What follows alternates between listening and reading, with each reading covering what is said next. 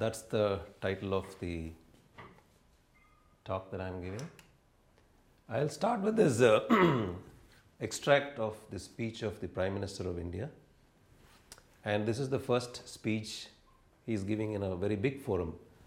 And in this speech that he gave in the United Nations on 27th September, he chooses to speak about yoga, among other things, of all things. He also wants to speak about yoga and place the importance of yoga in a global forum like that. And that's what he says, that yoga embodies unity of mind and body. He says a few things, but I've highlighted one particular sentence where he's saying, by changing our lifestyles and creating consciousness, it can help us deal with climate change. That's a big logic that he's using there. And he also makes an appeal to the global community that let's adopt yoga as an International Yoga Day. So what does the UN do? On 9th of January, 175 countries out of 195 countries co-sponsor a resolution adopting yoga, and they've adopted 21st June 2015 as the International Yoga Day. Now that's quite significant, 175 countries coming together, which means a whole lot of discussion has taken place, and in a global forum they have accepted the importance and significance of yoga, and in a global forum like that they have adopted this resolution. Now yoga and climate change, that's something to be seen. The logic of yoga and climate change, what's the connection? Apparently the distance is quite far, the connection. But we look at this, if we can understand this connection, the connection between yoga and climate change, then we can understand the connection between yoga and public policy. After all, climate change falls under the ambit of public policy. So we'll get to that connection a little later. But I'd like to take you through a little bit of understanding of yoga, what it is. And I'll be very specific about yoga because I'm not talking about a whole lot of yoga because there are varied kinds of different varieties. So I will be very specific to Isha Yoga, what I know as Isha Yoga, because I've been associated with Isha Yoga for a long time. And I did work with them for a few number of years. So I will be very specific about yoga. And when I speak about yoga, it's particularly about yoga, Isha Yoga. And that's a kind of yoga which was propounded by Sadhguru Jaggi Vasudev. He is the master, the spiritual master, who has founded this form of yoga. And whatever I say in terms of the perspective of yoga, it comes primarily from him. He is the source. And as we all know, there are whole kinds of yoga which are there now prevalent, both in India as well as abroad. One thing that we must understand and we should realize that it is not an exercise. As it was propounded, I'm particularly talking about the way it was propounded. When it was propounded and as it was propounded, it was not meant to be an exercise, though we tend to use it as an alternate form of jogging or morning walk and all that. Yoga is primarily, as it was propounded, a way of life, a way of living, a way to live. And when you understand, it's a way to be. It's not something you do. We think that yoga is something we do. We do morning yoga, we do evening yoga, or whatever sort of things that we do as an action. It's not an action as such. Action is part of it, but more than anything else, yoga is the way to be, way to live your life, way to understand life in its true perspective, which is what we are saying, that it is a way to understand and be aware and be conscious of the true nature of life, and then to live it accordingly towards achieving your ultimate objective of your life. So essentially it's a way of life, but the way it was propounded, when it was propounded as a spiritual path, and it still remains a spiritual path. We use it as a tool or a technology for our health benefits, which is fine, that's what we should do. To whatever understanding we have, we use it for. And I would be particularly looking at one aspect of yoga which is called Ashtanga Yoga. I'll come to that Ashtanga Yoga part, and like I said, that when it was propounded as a spiritual path, and Ashtanga Yoga is one particular aspect of the whole aspect of yoga, the origin of which goes to Patanjali. And Ashtanga Yoga essentially means 8 limbs of yoga. And these are some of the limbs I have listed down here. And I'll go through a few limbs, not the 8 of them, because they are not relevant for us and we're not going to discuss that. Essentially, what we need to understand is that yoga is a technology. It's a tool. It's something that we can take, something that we can understand, and something that we can use. And therefore, as a technology, it is neutral to race, religion, space, people. If you understand that as a technology, then anybody can use it the way the technology should be understood. And which is why it is prevalent and it is spreading and it is being accepted all over the world. Now we realize that yoga is a technology. And now when it's a technology, if you understand it, it will work for anybody who knows how to use the technology. I talked about Ashtanga Yoga, which are 8 limbs of yoga, and I'm going to be speaking only about 4 of that. And in fact, all the 8 can be tools, are tools in fact. But I'll be speaking about 4 of them because they are more relevant to us. And to understand all the 8 of that is much more complex and needs a much more greater understanding and time and all that. So I'm talking about the first 2 aspects of Ashtanga Yoga, which is called Yama and Niyama, which translates into some codes of behavior or some understanding of the nature of life. I have translated it in simple English as understanding and awareness of the true nature of life. This understanding itself is a tool. Let's understand that if you understand the true nature of life and that gives you clarity, that itself brings you a lot of liberation, brings you a lot of clarity in how you can go about your life. And that is used as a tool. And this is the first tool in Ashtanga Yoga. Before you go to the next limb or the next step in Ashtanga Yoga, you're supposed to have some understanding and some realization of what it is. So that's why it's very, very important that you understand, which is why when yoga is done in a studio format or an exercise format, it doesn't involve these aspects. The second part of limb of Ashtanga Yoga is the asanas, which we see in photographs, and that's what we are familiar with. And asanas are basically body postures that we do, and each of those body postures bring in a lot of benefit, not just physical benefit, a lot of mental benefit. And it also said that it even changes the physiology of your body. It's just not simply bending forward or bending backward. It even changes the physiology of your body. So body postures are plenty in number, and in Isha, there are specific body postures meant for specific benefit. So we adopt that body postures. And the third limb is pranayam, the fourth limb rather, yama, niyama being the first 2, asanas. Pranayam essentially very roughly translated as breathing techniques, which is not so. It's much more than that, because prana in Sanskrit is not just air going in and coming out. It is the life energy. It's your connection with nature. It's your connection with the universe. So if in a way you know how to handle prana, if in a way you know how to use the breathing technique, you have mastered quite a lot. And this is a very primal connection between human and the rest of the universe. So mastering pranayam, breathing techniques, has a huge benefit. It can impact not only your physical body, it can even impact your emotions. If you see when you are angry, you breathe short. Your breath is much, much shorter than the reverse can be true. If you are in a position to handle that breathing, it can impact your emotions. So there's a whole lot of science behind how breathing techniques can impact your emotions and your energies too. They certainly impact your energies, but it can impact a whole lot of things. And the fifth, it's not exactly in that sequence.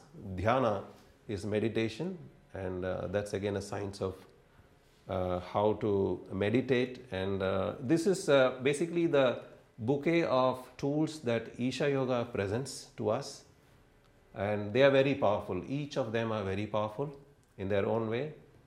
Essentially, what are they saying? They're saying that these tools, these are tools by which you can manipulate your body system. These tools you are using to impact your systems, your body system, your mind system, your emotions and your energies. And these are the 4 systems which are in your hands, which you can use and you can improve your quality of life. Essentially what Sadhguru is saying here is that your quality of life entirely depends, or primarily depends, on how you manipulate or how you manage your body system, your mind system, your emotions and your energy. This is all it depends. We think that quality of life, the quality of our life does not depend on the clothes that we wear, on how wealthy we may be, what car we drive, or where we live, or what posts we work in, or who we are with. It doesn't depend on that. It depends on how you can manage your systems, which is your body system, your mind system, emotions and energy, because this is all we have as human beings, and everybody has these things. After all, our experience of the world, whatever we experience of the world, is within this body. When I hear, when I smell, when I speak, whatever be the senses that we have, our experience of life is within this body, and therefore these are the 4 systems that you need to manage. If you know how to manage that, then you can manage your quality of life, because if you're whatever you're feeling at this point of time, you're feeling happy, you're feeling irritated, you may be frustrated, that's your quality. Nothing more to it. If you're feeling happy or joyful, that's your quality. If you're feeling irritated, that's your quality. And that is determined by these 4 systems. And yoga is a technology to manipulate these 4 systems. That's where we are getting at. And broadly, these are the 4 categories of yoga, depending on what is predominantly used. Karma, Jnana, Bhakti and Kriya. Kriya relates to energy, Bhakti relates to devotion or emotions, Jnana relates to mind, which is what mostly the Buddhists predominantly do, and Karma relates to action. These are 4 broad categories of yoga. And Isha Yoga is a combination of, it's a very eclectic combination of all the 4, which is why I find it very interesting. It doesn't particularly focus on one aspect, because it thinks that every person needs a different combination of these 4 channels of yoga. Well, just about few words about Isha Yoga itself, and what do they do? They offer classes in a classroom situation where they teach Isha Yoga, and they have various modules, which is called Isha Kriya, Hatha Yoga, Shambhavi. These are modules and they vary from 15 to about 45 minutes in duration. The class itself takes about 3 days or 7 days, but these are the tools, these are the modules that they teach. And in all, there are estimated more than 1 million people who have taken this Isha Yoga program across the globe, and 90% of them are in India. And they spread in about 13 countries, and in the United States itself we have about 15,000 people who have taken Isha Yoga program, and I find a few are there in Syracuse also. Now, what are the benefits of doing yoga? These are all recorded, researched, surveyed results of benefits of doing Isha Yoga in particular. There are a lot of researches which talk about what are the benefits, but these are specific benefits which have come out of research. I have quoted some research papers which are published, which can be referred to.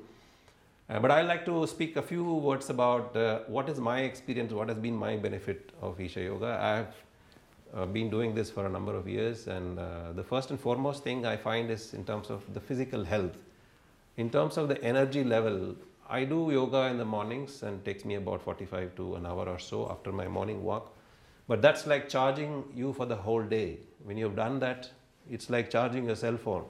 Throughout the day, you glide through the day without fatigue, without mental fatigue especially. Physically, you might be a little bit fatigued, especially without mental fatigue. You go through, glide through the day, that virtually like getting charged for the day. And health-wise, of course, there's been a lot of benefit for me because given my family's background of heavy diabetes and hypertension, I've been able to keep off diabetes so long, touch wood, whereas my brothers still have some problems. So diabetes is something that I've been able to keep off even at this age. So in terms of chronic diseases, they say it works very well. Hypertension, diabetes. In my case, I've been a beneficiary of this. And these are some of the, certainly it improves your focus, it improves your energy. But what I find very fascinating is that sometimes, not sometimes, after some time, it impacts the way you behave, it impacts the way you, your attitude is. That is the beauty of yoga. It's not physical. An exercise can probably build your muscles and strengthen your muscles, but does it impact your internal system? Does it impact your attitude and behavior? Yoga does. Yoga impacts the way you behave, your attitude, the way you approach life. And that is the distinct feature of this tool that we must understand, that we can use to impact our own behavior and our own attitude towards the world and how we handle life. And that's the biggest benefit, I would say. There are other benefits which are listed here, how it balances hormonal levels. Look at this. This is something that we need to see, this preventive health care. Now in India, in many hospitals, you will find separate section for yoga in corporate hospitals. Now there's an increasing realization that we need to work on preventive health care. We can't go on the model of curative health care, which is going to be expensive and which is going to be unsustainable for a country like India especially. You can't create more and more health infrastructure because your diseases is always going to overtake that race. So unless you go the preventive way and use your medicinal systems, which are extremely preventive, especially Indian systems like Ayurveda, and yoga forms a part of it. Ayurveda, yoga, Unani, Siddha and homeopathy form Ayush, which in India now has a separate ministry also. And they are hugely focused on preventive health care. And yoga works wonders as a preventive health care. So that's why it is both at the individual level and also at the community level, it is increasingly getting popular. These are some research papers. You can't read it, but it's there. I have given some references on how it benefits. Here they are looking at all these conditions and how people have reduced their medicines. There are 67% who have fibromyalgia. These you can read later on. Obesity, 67% have reduced their medicine. These are surveyed, researched papers which are available. And they've also surveyed some menstrual problems for women, how it has worked on women's menstrual problem, and reduced heart diseases, enhanced mental capabilities, improved quality of sleep. These are some of the aspects, and this is the reference papers, research papers which were published, so we can have a look at it whenever we need to. Now this is the part I wanted to focus. That's about what yoga is and what Isha Yoga is, and looking at how it is relevant in an organizational situation is my focus. And here we are looking at the impact of ill health in an organizational situation in the United States. Now these are some basic statistics from National Institute of Mental Health and American Institute of Stress. What are they saying? They're saying about 1 in 2 American adults have at least one chronic illness. That's about 133 million people. This would be the same in other countries also. It's not going to be different in India or probably in Europe. Maybe in some Scandinavian countries it might be different. And increasing number of chronic illnesses account for 70% of all deaths in the United States. And look at this, half of all chronic diseases are linked to stress. So where does it come from? It originates from stress. And half of all the chronic diseases are linked to stress.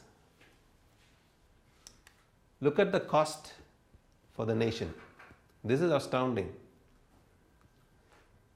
That's 3 trillion that the US spends, but are the outcomes matching? Health outcomes? No, they're not. The business spends about 300 billion on the employees' healthcare. There is a cost of 600 billion when employees don't turn up. There is absenteeism and sickness being reported, lower performances. It's a huge cost. So if we took care of our health as employees or as individuals, look at the opportunity cost that we are losing, look at the cost that we would have saved. And therefore, it's easy to understand that it's extremely costly, not just for the individual, but for the organization, for the society, and for the nation as well. I'm looking at a different aspect of how to look at organization. As we would understand, it's easy to understand that whether it is an organization or a society or a nation or the world, it's an arrangement of the individual. Individuals in different formats become organization, society, and the world. So if the approach, like much of the Indian culture is at the individual level, if you and me change, the world changes.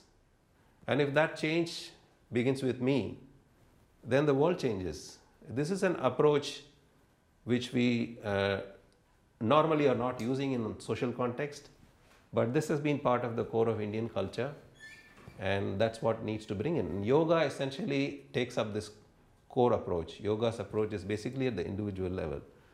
And we will understand this in government situations or in even in private sector situations. Our approach is at the community level. We have worked in the governments, and you will know that the government always formulates policies for communities, for societies. If there is a problem, it's a social problem, and then there is a policy which works at the community level only. It doesn't go beyond that. The government doesn't function or is not able to connect with people beyond community level. A policy is for a community. It's certain NGOs who have some flexibility, who have some sensitivity in working with people who can get down below the community level and operate. That's why government needs and finds it necessary to engage NGOs to get down below the community level and engage them. So essentially our approach stops there. We're not going down to the individual level.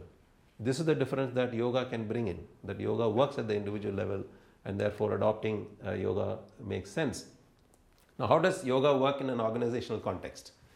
An organization is essentially a combination of a structure, the processes of the organization, and the people who are there in the organization. And essentially it will have people, largely people who may be either leaders or you can say followers or employees or staff. And everybody has an impact on the organization, especially the leaders. And in our case, which is the government servants, and typically in the case of Indian administrative service, whoever is there in the leadership position has a huge impact, not just on the organization, but on a whole lot of community. Sometimes it runs into lakhs and millions of people. So what I do as a leader, as an officer in that place, what I think, how I am, my actions, my thought, my emotions are going to impact not only the organization, but the whole lot of people, maybe millions of people. So it's important that whoever is in that position is in a shape, is healthy, and has handled himself well. That's why we are saying that you looking at managing 1,000 other people without knowing how to manage yourself is going to be disaster. And we are seeing this in our situations quite often, that you need to manage yourself before you get to manage others in any organizational situation, which is why we are looking at a certain tool as to how we can manage ourselves. And if you yourself are an issue, where is the question of you going to handle many other issues? So it's important that you yourself are not an issue, and then you can get about to handle the rest of the world to the best of your ability, your capacity. And therefore, if an employee or a leader in an organization are healthy and happy, naturally they are going to be more productive and more capable. And yoga in a way can also impact team building, interpersonal relationship, communication and conflict management. Not many studies have been done but we are only looking at evidences that these are working. Surely some more researches have to be done, but the evidence is that since more and more organizations are taking it up and they are realizing the benefit of having this in the organizational setup, one is feeling that these things are working in a way that's working. I like to point out about HR tools because here it's an area of interest. HR tools are essentially in the form of either incentives or disincentives. An organization gives that as incentives or disincentives, but they are all primarily focused on achieving the organization's goals.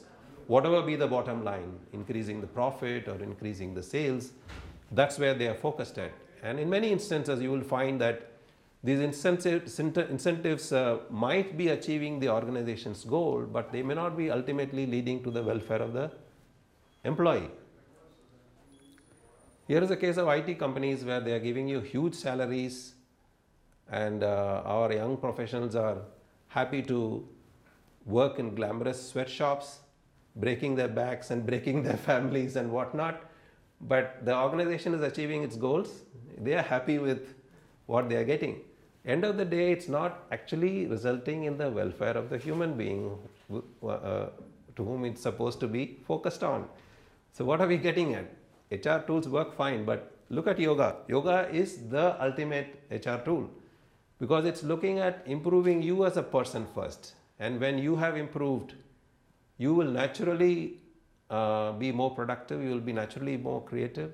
So the focus of yoga being at the individual's welfare is an excellent tool to be used in association with many other things that you have to use. It need not be in competition with other tools, but this needs to be used as a main thing, that as a startup, I would say, that you focus on the person's welfare first.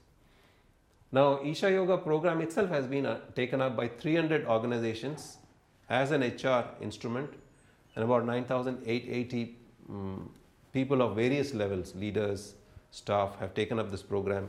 And here is a list of some indication of the kind of organizations which have taken up the program as part of their HR intervention. We have the top companies, IT companies are plenty, IBM, Microsoft, Bombay Stock Exchange, City. There are 300 odd organizations which have taken up Isha Yoga program as part of their HR intervention. And recently in the government also we have started adopting it in a major way. Here is a picture of the Chief Minister of Andhra Pradesh who organized the Isha program himself, and he had his ministers and 300 odd top officials participating in a 3-day yoga program in Hyderabad. And he has a lot of expectation of how it will benefit the whole government, how it will benefit the dynamics of how people will work in the government, and ultimately the quality of governance. That's the expectation of even the Prime Minister. The Prime Minister himself does yoga every day, and he is prompting and promoting yoga in a big way to be adopted in schools, colleges, and in organizations. So we are getting a lot of impetus from the leadership, both at state as well as at the central level. In the US also there are organizations which have taken up, you have the top organizations like Google, Microsoft, IBM, which have done Isha Yoga programs as part of their deliberate HR intervention. Some of the business schools and universities had workshops. Now I'm looking at the policy part, the public policy part, how yoga comes in public policy formulation and implementation. Here is a small construct which we constructed with an organization. You could look at it as being composed of ideas, resources, and implementation. These are broad components of any organization, and I'm particularly speaking about government organization. And social, cultural, economic, polity, or external environmental factors which will impact any organization. So the nature and quality of an organization will be impacted by these external factors, which is why same kind of organization in different countries will be performing differently because the environmental factors are different. And an organization itself is a composition of ideas. Ideas are essentially what we call policies. When you have a social problem, we come up with a social policy. which are essentially ideas, nothing more than that, formulated. Resources are basically financial resources or capital resources with which we use. This is key, implementation is key. So we have a social problem for which we have a social policy in the form of an idea that is implemented with the help of the resources. That's a simplistic understanding of how public policy will work. Now, where is the problem? We are not saying that there are no problems in ideas and no problems in resources, but there are huge problems in implementation. Ideas can also be a problem. Sometimes we are not able to formulate policies well. And typically in Indian situations, you will agree, because we have a problem that whenever, we are not able to have that openness to adopt ideas. Ideas in a global situation with the explosion of information is available everywhere. I don't need to struggle for ideas. What I want to do, somebody has done long time back, and I just need to go down that road and have that openness to adopt it. But in an organizational situation, I don't have that openness to adopt it. So having an openness, having a inclusiveness, having that kind of an integrity is important there to have policies well framed. So if leadership can have that qualities, then it would be a smooth sailing. In Indian situations, we will find very often that, especially when the government changes, the government that comes in wants to throw out all the ideas, not just the ideas, even the people associated with those ideas down the drain. We don't have that openness. Unfortunately, even bureaucrats don't want to do it. They don't want to adopt the ideas of the predecessor. So we have a human problem there, not a technical problem, not a management problem. Ideas are there in plenty. The human attitude of not having openness, not having that kind of inclusiveness is what is impacting the quality of ideas that we are adopting. The key problem is, of course, implementation, that whatever we are, despite having great ideas, despite having sufficient resources, we are not able to implement because we have huge problems in implementation. And in an Indian situation, if you were to, metaphorically, if you just go up in the sky, you will find graveyards and graveyards of programs. Started, left, not even started, not even thought to be started. You will find graveyards of that. And how much money pumped in? So essentially the problem is with implementation. Whatever ideas, great ideas we might have, whatever money we might have, we are failing in implementation is a very clear thing that we can understand. And when we speak about implementation, these are the three components of that, which is structure, processes, and people. And people is 80% of that. Structure is essentially how an organization is framed, hierarchical structure. It can be a flexible structure. It can be any sort of structure. It's easy to arrange that. Processes are essentially your rules, your regulations, your framework, or the way you want to function. Those are also easy aspects to organize. This is the aspect that we fail to address. This is the people aspect, which is 80% of the whole framework, is the aspect that we fail to address. It's easy to do this. It's easy to, whenever there is a problem with the government, we know immediately government responds by creating a policy, announcing a policy. It will also announce some government officer, a body to set up. That's the structure. The way they address crisis is by creating a new body, structure, creating a new policy, processes, and when it comes to implementing it, we will flounder, which is the people aspect. So just to give you an example, we are looking at a social media policy for Ministry of Urban Development. Vikas and I are working on it. And in that we are looking at, there is a new application called See, Click and Fix, which is a new technology application. So if somebody walks in and sees a garbage, he clicks and he sends it to the officer and he's supposed to fix it. This is a technology. This is a process. And we will put it in that policy and we are going to give the recommendation to the ministry. They will happily adopt it. Ultimately, who is going to do it? The junior engineer or the work supervisor in the corporation who is going to receive that message. Will he do it? Will he not do it? We do not know. That's the people aspect. We are happy because we have created a process, we have created a policy, we have created a structure as to who will do it. Ultimately, people. And essentially, what we are getting at, we are saying that people is also again attitude and behavior. That's what it comes to. And we don't have in any mechanism how to impact the attitude and behavior of people. As yet, we do not have any instrument in the public sphere which can impact attitude and behavior. And here we are having one, which is in the form of yoga, which is impacting attitude and behavior, which is why it's getting relevance that if it can impact the attitude and behavior of a large number of people in a positive way, if it can also impact the attitude and behavior of leadership in the ideas front, it can bring in a big impact in the way government functions and in the way the quality of governance can be. And which is why it is important to understand that we are getting back to Modi's statement about yoga and climate change. Now we can probably appreciate how, what is the connection between yoga and climate change. Climate change again is public policy, is one of the important public policy.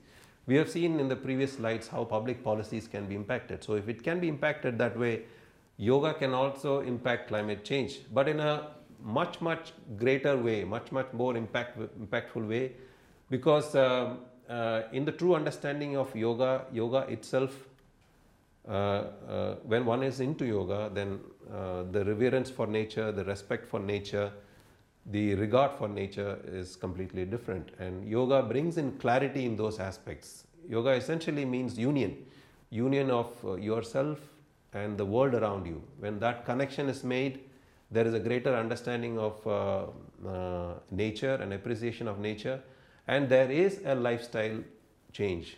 By and by, there are lifestyle changes which come through in your way of life, and when that happens, when lifestyle changes happens, your consumption pattern changes, your disruptive consumption or reckless consumption is bound to come down, and in a way, when lifestyle modifications happen, that becomes a sustainable behavior. When you behave in a way which does not impair or impede or damage the entitlement of the future generation, we say that is a sustainable behavior. And yoga is surely an aspect of life which brings in that kind of a sustainable behavior, and which is how we feel that when this approach is adopted at the leadership level, if the UN leaders are willing to see through and the significance of yoga, then naturally they might be in a better position to adopt a climate change policy, not just adopt but also implement, which is where we are failing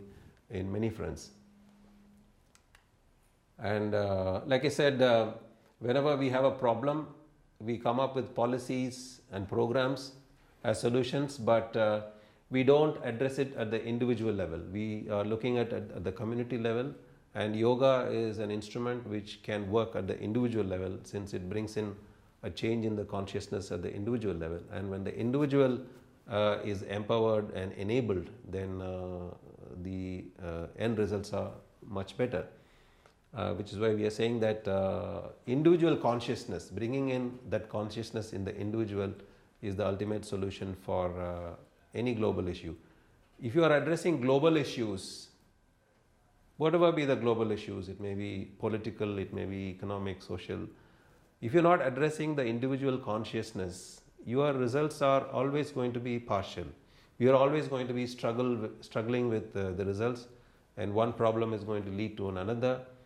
But if you have taken care of this aspect of individual consciousness, then the results would be far more sustainable, will be far more effective, and yoga is a way to bring in that sustainability and inclusiveness is what we are getting at here.